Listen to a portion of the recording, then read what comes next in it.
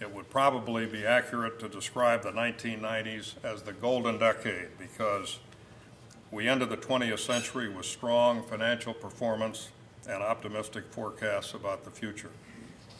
And except for a modest downturn after 9/11, this year-after-year growth continued through 2008.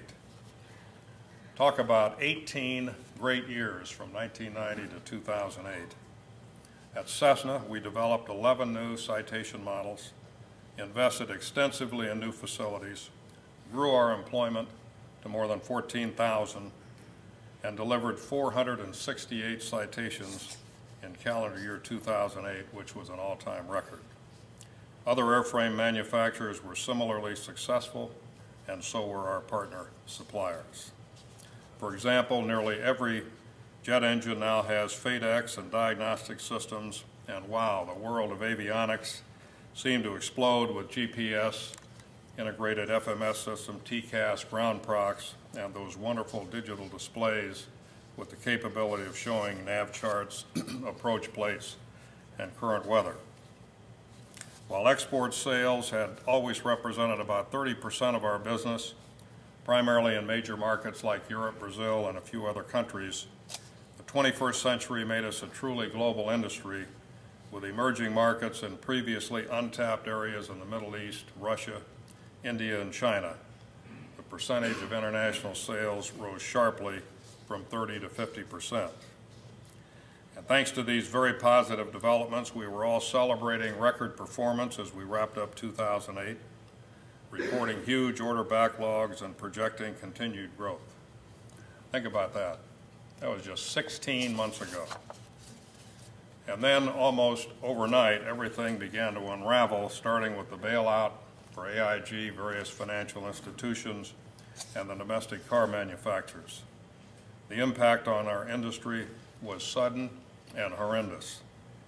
As a result, everyone has cut production schedules, reduced employment, deferred new product development, and implemented across-the-board expense control programs. We have had unprecedented numbers of aircraft order cancellations to a far greater extent than in prior recessions. Used aircraft values have plummeted, and it would be difficult for me to name a single country in the world where the business jet market has not been impacted in a negative way. Then to top things off, in December of 2008, the three automotive CEOs made their infamous flights to Washington in their large business jets, and the cascade of criticism from the media, Congress, and even from the President in his State of the Union address last year made it sound as if business jets were frivolous toys for the very rich and not the productive, efficient, and essential air transportation they provide to companies worldwide. So what have we learned from all this, and what do we do? Although I covered the last 4 decades pretty quickly, I think there is much to be learned from history, and here are some of the important lessons that I think will help us recover from this recession. In the 1960s, although we competed aggressively in the marketplace, we recognized the value of working together in the industry. As a result, we formed the General Aviation Manufacturers Association, GAMA as we all know it now, which became an exceptionally effective trade association. With GAMA's active involvement, the first Airport Airways legislation was enacted in 1970, a bill that was responsible for modernizing the ATC system and building hundreds of new general aviation airports throughout the country. Recognizing the need for more pilots, in the late 1960s and early 70s, GAMA launched a very successful program called Takeoff, which substantially increased the number of new student starts and was a major factor in the high aircraft delivery levels of the late 1970s. In addition to proving the value of working together, I think we also recognized then, perhaps for the first time, the immense opportunity of providing efficient air transportation to a growing number of companies, large and small, who needed to travel to communities not served or that were underserved by the airlines. And then came the recession in the mid-'80s, the big one, if you will, that taught us some painful lessons. But we learned them, we dealt with them effectively, and we'd be wise to apply many of the lessons to the decisions that we make today. Among the most important, we learned to deal with an amazing amount of change in the 1980s. We learned to adapt to things that we could not control, such as the health of the world's economy, energy prices, interest rates that went as high as 20%, non-tariff barriers, and environmental restrictions. We also learned the value of technology in literally every phase of our industry: aerodynamics, structure, propulsion, avionics, and systems, and all the benefits that this technology brought to our customers. But of all the lessons we've learned during our ability to survive the challenges of past recessions, I think there are three that separate the leading companies from the also-rans.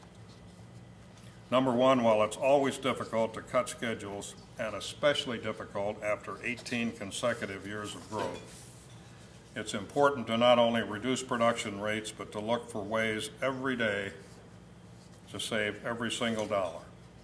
Tough, rigid expense control must become a way of life.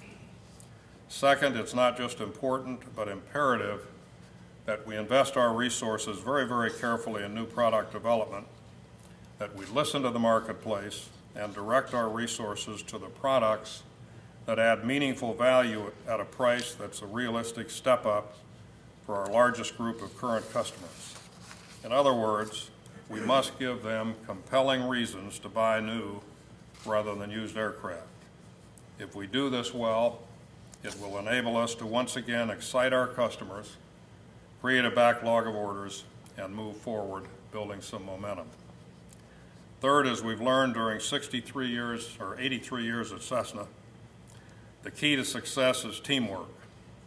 And while mediocre companies can survive in good times, the leaders understand the value of working together when really tough decisions must be made.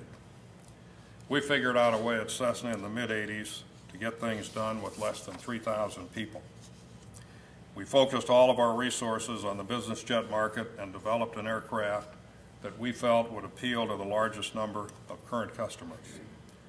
That aircraft, the Citation 5, led us out of a devastating recession and helped create the solid foundation on which we developed so many new aircraft during those golden years through 2008. Without dwelling any more on the past, I'd like to conclude with some comments about the future, which I truly believe holds so much potential, especially for all the aircraft manufacturers and the suppliers here in Wichita. While it's always difficult to think long-term when there is so much to do every day to preserve the financial strength of our companies, I'd encourage you to remember that there will be a growing worldwide need for the efficient air transportation that we provide. It's important to maintain that positive belief in the future because 2010 is going to be a very challenging year, and in all probability 2011 will be more of the same. For lots of reasons, a sustainable recovery is probably going to take place later than we'd all like. The good news is that we have the ability to accelerate both the timing and rate of recovery by making sound decisions in every aspect of our business. Austerity is not rocket science. It simply means that every expense, every single dollar, must beat the test of being absolutely necessary. And focusing our resources on new products that provide meaningful value to our existing base of customers is a proven formula that's worked every time in the past, and it will work again.